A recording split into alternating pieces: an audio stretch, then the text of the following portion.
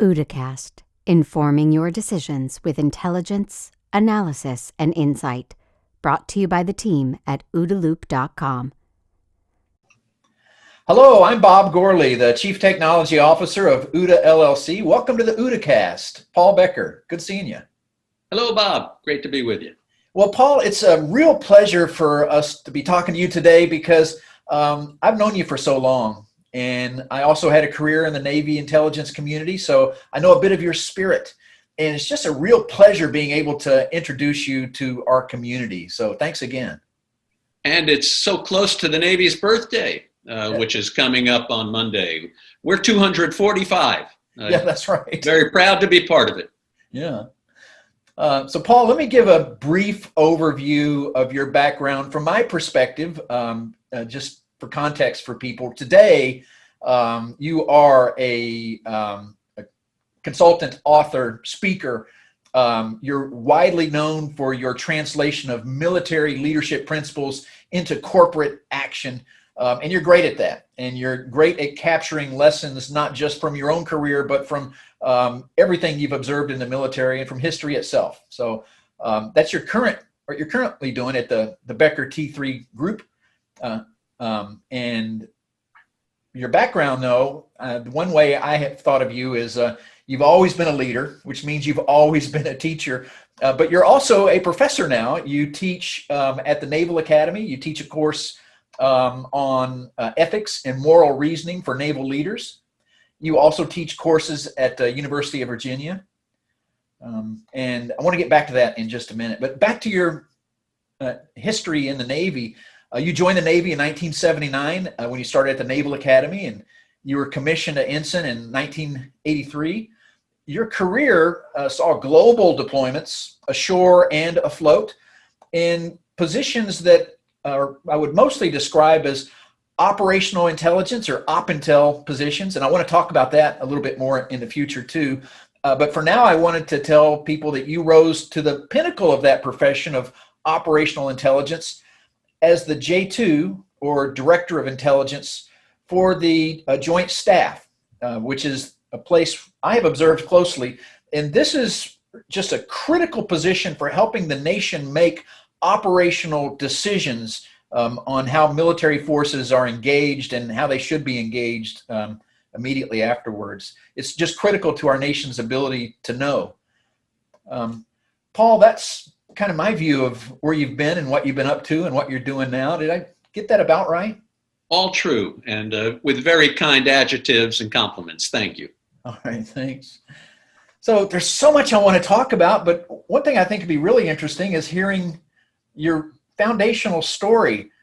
You know, what made you want to join the Naval Academy, and what was the deciding factor there that brought you into the service?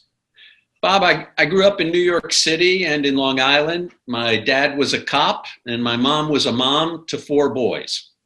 After my older brother went to college, he's a couple years older than me, my dad sat me down in his office one day, which was the kitchen table, after mom cleared away the supper dishes, and he explained to me his financial facts of life, and he asked me which service academy would I be applying to. And that was the first herd for me, as we say. I thought about it, and the World War II and Korean War heroes that I saw on TV and in the movie theaters growing up, of them all, the Navy leaders struck me as the most motivational and charismatic.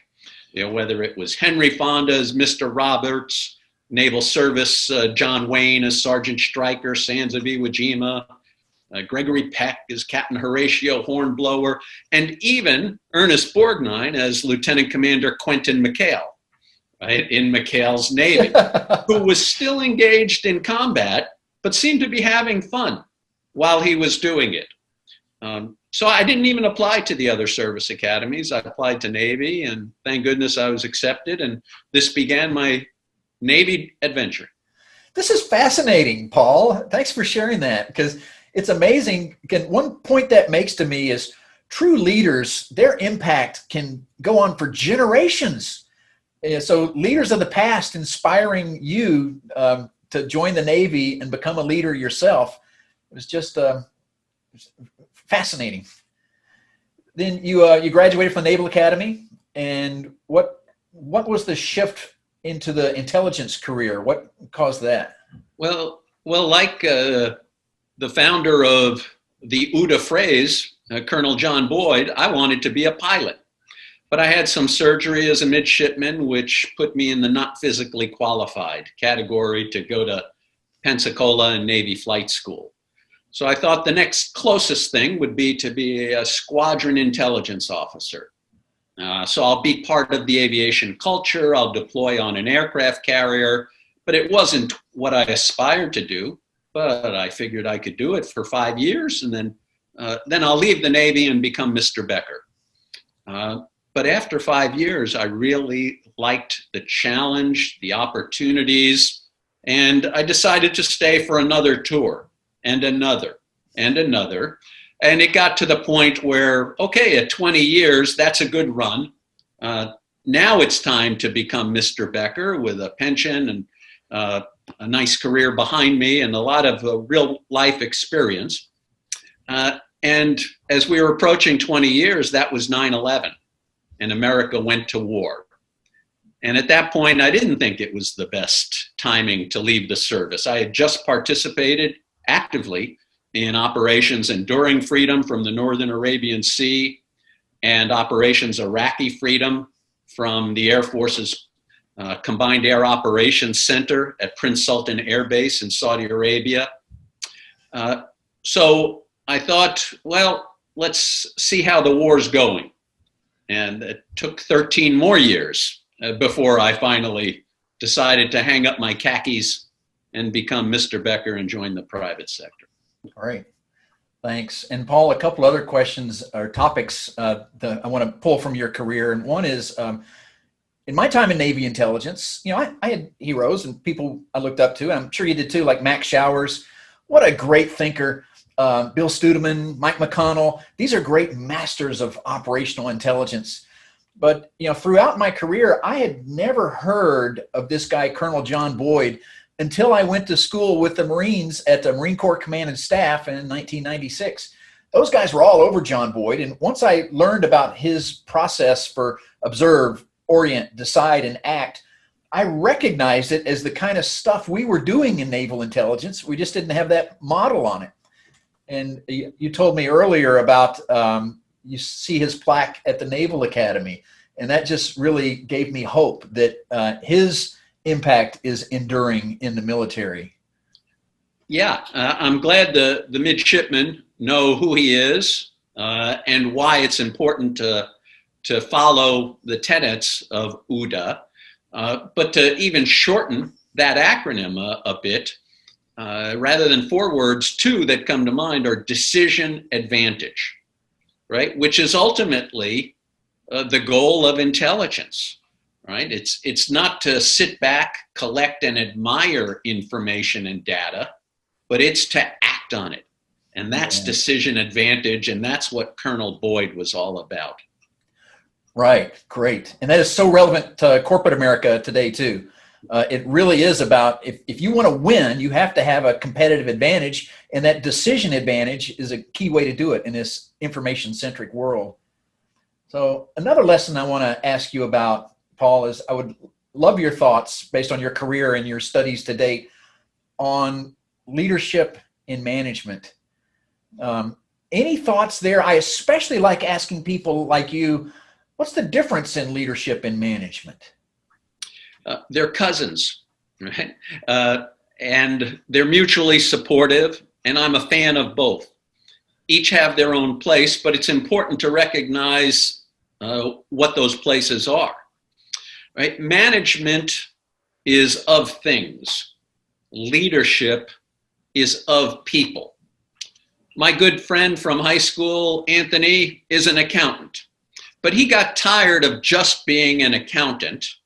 And he just didn't want to manage accounts, right? He wanted to start a business, right? So he created an accounting firm. He led it, right? He had a vision for what the accounting firm would do. He provided motivation to the team that was working, right? He recruited to keep talent coming in. And he had a manager, a junior accountant, that kept track of the things that needed to be done. And I put a bow on it by using a few adjectives. I think management is more measurement, regulation, control, whereas leadership's more a process of influence, expansion, and creating value. Anthony is a very successful accounting firm CEO now in Long Island, and we still keep in close touch. That's cool. That's a good, succinct way of capturing that, Paul. I appreciate it. Let me ask another topic. Success. In your mind, what is success? There are so many metrics of success, but to me, it comes down to the feeling that you know you've done your best to achieve an objective, right? Success is not the accumulation of accolades or materials, although that's a component of it for sure. My apologies for the phone disruption there. But to me, the feeling of success comes from an expectation that I've attempted to fulfill an individual goal. And it may be a personal record. I'm a swimmer. I have a certain amount of time where I like to swim a mile a day. It's now hovering well under an hour. But when I started, it was above that, right? That's success in its own right, hitting a performance mark. There are other metrics as well, but whenever you can close the gap between your potential and your peak performance, to me, that's the definition of success. Awesome. That's great. Very helpful. Now, another. I know you're teaching at the University of Virginia and the Naval Academy. The Naval Academy, you're teaching these young leaders ethics and moral decision making. Is there anything you can succinctly put to us now that encapsulates your entire class in a couple sentences? What should a leader know about ethics and morality in their decision making? Well, we want the midshipmen to have the framework to think about doing the right thing, and whether that's as a follower or a leader. So while we cover philosophers, right, from Aristotle and Marcus Aurelius and the Stoics, up through Kant and Mill and the utility theory, we, at a ratio of 2-to-1, apply case studies from the fleet as to what did this ship's captain do when they were confronted with this situation? Or what did this Marine platoon leader do during the Battle of Fallujah when they were confronted with this collateral damage conundrum? And we let the mids think for themselves, and we guide a discussion there. But the goal is to build people of integrity, right, where their values and their actions match. Right? When there's a separation, that's a cognitive dissonance, something we want to avoid. And we coach them to bring their performance up to the level of their values, not bring their values down to the level of socialized or rationalized performance. Awesome. Paul, so now we've talked a bit about operational intelligence and decision advantage. We talked a bit about management and leadership and success and ethics and decision making. And I wanted to say you're a great teacher of all that. And you're also personally an example of a leader that I want to keep learning from. And one of the things you've done to help explain leadership to people like me and everybody else is you talk about this concept of T3. And you do it consistently and in a very enjoyable way. You talk about teamwork, tone, tenacity, and you hit this lesson again and again. and it's starting to sink in with me. It's really having an effect, and I'm starting to get it. But I want to ask, in your words, what do you mean by T3? What is this? Well, T3, teamwork, tone, tenacity. It's my credo. It's my maxim. It's my brand. And in today's Twitter-tuned, Facebook-friending, LinkedIn-looking world, it's okay, to have a brand and an identifier. These three characteristics, T3 for short, right? These were the characteristics of the greatest leaders and the highest performing teams that I ever saw in peace, crisis, and combat over 30 years in uniform. They're mutually reinforcing, right? It's a short, actionable, memorable, as we called it in uniform, commander's intent. Right? I had the opportunity to share it with the units that I was associated with. It's a triangle. It's not always an equilateral triangle. Sometimes there's need to put more emphasis on one of those three T's compared to the others. But now that I'm in the private sector, I see that all three translate to the corporate pillars of performance, productivity, and profit. Right? So T3, the name of my consultancy, it's a platform for my speaking, whether it's organizational development, individual coaching, motivational or inspirational speaking, or national security, cybersecurity consulting. That's how we'll work on things. The why and the what we fill in along the way. It's also served as a framework for me when I was undergoing stage 4 bone marrow cancer treatment all through 2015. And I was enduring extreme adversity, on the ropes a couple of times. This gave me something to fall back on, something I knew professionally, but I could apply it to my personal circumstances as well, Bob. I needed to create a new team with medical professionals to understand what was happening. I needed to generate my own morale, right? Because my wife and I were up against the wall and the outcomes were uncertain. And we needed to fight like we hadn't fought before, right? So tenacity, much more than just endurance, right? It's perseverance with purpose, right? It's grit, it's resolve, it's putting it all together to achieve a desired outcome, and realizing that you may have to go over, around, underneath, or through an obstacle on the way.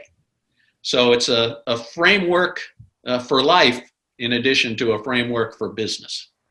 Very helpful, and I appreciate your context. And I want to say, after thinking about your approach of T3, I can't think of a business leader who's succeeded anywhere without those kind of characteristics. Oh, you may have brief spurts of success if you're a butthead, but eventually it's going to catch up with you. Or you may have brief spurts of success if you're an individual who doesn't like to work with other people, but you won't get that far. And you've got to have that grit, that tenacity, that persistence.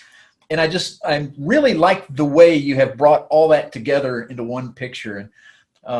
So one of the things we're going to do in the show notes here is I want to point to your website so people can reach out to get more on this. And I also think, man, it'd be great if I could read more about this via a long form book one of these days. You've got so many stories you're already telling. That's in the works. And as you know, you're very kind to comment on my social media footprint, where whenever there's a historic date or a historic birthday, I try to link that person or an activity to either one of or all of the tenets of teamwork, tone, tenacity. Cool. Well, I also want to ask a couple other questions, Paul, about your information sources. What do you do to stay current? And I'd especially like to know what books you're reading now, or what recommendations for books you'd have for us to read. Sure. In terms of current intelligence, I read news sites, multiple news sites, and and I have a LinkedIn dashboard that provides me diverse sources of information in functional areas as well. I probably spend 45 minutes a morning reading overnight news, and sometime after dinner, I'm catching up on another 30 minutes of what I may have missed during the day. Books have always been my friends. I'm glad you asked me about that. My goal is to read a book a month. I'm generally on track with that. Over the last 3 months, I've read 3 books, and my friends at Naval Institute asked me to review them, and there'll be the last 2 months of proceedings and one coming up. One's called Without Warning, the Saga of Gettysburg, right? Happen to have it here. I'm very tactile, Bob. You know, I still enjoy, flipping through pages. So Without Warning is story of the Battle of Gettysburg told through the deep narrative of General George Meade. And the Civil War has been front and center in American political and social discourse this spring, right? So that's what prompted me to get with this one. It's written by a former Navy surface warfare captain named Terry Pierce, right? And like Michael Schirra's Killer Angels, of some decades ago, he goes through a historically accurate dialogue-based study of General Meade taking command of the Army of the Potomac just 3 days before Gettysburg, not knowing where Lee was at the time in the Pennsylvania countryside. Talk about decision advantage. Once he found out, what would he and his subordinates do? So there were great lessons there on dedication to duty, devotion to planning, flexibility in execution, action in the absence of clear indicators, right? And there was humble, apolitical military leadership. So love that. It's a hefty read, and most importantly, it's just been nominated for the Pulitzer Prize for 2020 for historical fiction. Great. All right, so I'm going to look for that for sure. It's not just for us. I mean, that's some pretty significant acclaim. Another one, Exercise of Power, right, from Robert Gates, right, former Secretary of Defense, longtime national security stalwart. Many write about national security affairs. Few write about it that actually held power, which Gates is one. So a timely read, national security issues always near and dear to us. And the other one from my former boss on the Joint Chiefs of Staff, No Time for Spectators, right, from General Dempsey, who encourages, whether you're a leader or follower, get off of the sidelines and live a felt life, a phrase he heard as a cadet at West Point, to go about and do it. And the one I'm tackling right now, Front Burner by Commander Kirk Lippold. He was the captain of the USS Cole. And we're coming up on Sunday or Monday is the 20th anniversary of the attack on Cole. This was Al-Qaeda's step of directly targeting a U.S. military entity, which brought us into a whole new couple of decades of counterterrorism activity in Southwest Asia. Right. Fascinating. And that, it brings back so many memories when you say that. There was so many indicators from that attack that I guess you could also write a book titled Without Warning about the 9/11 attacks. Maybe there should have been warning. But that kind of is a good transition. I would love to ask you some questions about today's intelligence community. We both track that closely, of course. And I was in a conversation with some other people a few days ago, and we're talking about the future of the intelligence community and the past. The intelligence community has been around since the time, really, of General George Washington, who needed eyes on and an ability to collect information on the movements of the British during the Revolutionary War, and of course needed mechanisms to protect his own information and to make decisions. But it's evolved over the years. And the last major evolution was the National Security Act of 1947 after World War II, which established the CIA and put in place the basic structure of what's there today. That's been changed a little bit over time. There's been, some renaming of organizations. There's been some merging. The National Geospatial Intelligence Center didn't exist back then, but it exists now. And there's been the creation of the ODNI, the Office of the Director of National Intelligence, which in some ways is a change, but just a minor change. There used to be a Director of Central Intelligence. What I'm getting at is I want to ask you a question this way. This organization seems to be working the same way it is today that it did in 1947. What commercial enterprise would operate the same way it did in 1947 that it does today? The world is changing. Shouldn't the intel community change? And if you agree with that thesis, how should it change? You mentioned the National Security Act of 1947. I'd add to it the Intel Reform and Terrorist Prevention Act of 2004, which created the Office of the Director of National Intelligence in 2005. It was a pretty significant step up, right? You recall post 9/11, it was exposed, right? We had single-threaded intelligence reported and analysis generally flowing to the National Command Authority. And we didn't adequately integrate all the resources of the 16 elements as they are now of the intel community. So let's create a staff to make that a little more integrated. But in my opinion, Bob, seeing it in action now for 15 years, right, it's a bloated bureaucracy, right, the Office of the Directorate of National Intelligence. I'm for there being one. The law says there should be one. It's added tangible value in creating some synergies. But on the whole, there are hundreds, if not thousands, of intelligence professionals working to manage, not necessarily lead. And this comes at the expense of some of these people working on innovative and modernized intelligence collection, analysis, processing, OODA equivalent practices that should be exercised and empowered at the edge, right, of the individual communities, whether it's the Office of Naval Intelligence, whether it's the Drug Enforcement Agency, whether it's at the FBI national security element along the way. I think the Office of the Director of National Intelligence can be scaled down to a smaller council that can help manage the budget and lead current efforts at synchronization and integration. But that synchronization and integration is the management aspect of the intel community. And I think there's too much resource devoted to it at the expense of analysis, innovation, and application with the war fighters or decision makers to prevent war fighting.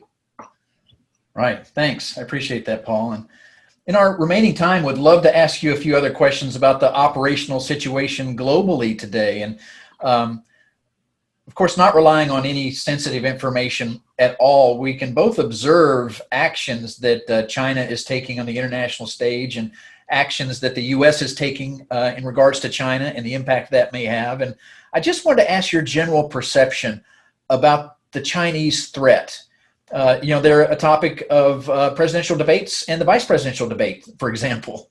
And I would just really like your context on what is the threat from China? Yeah, it's an existential threat, Bob. China poses a threat to the existence of the way Americans live their lives today. I'm not talking about old-fashioned Soviet nuclear throw weight that they could eliminate, what portion of the country with, high blast weapons.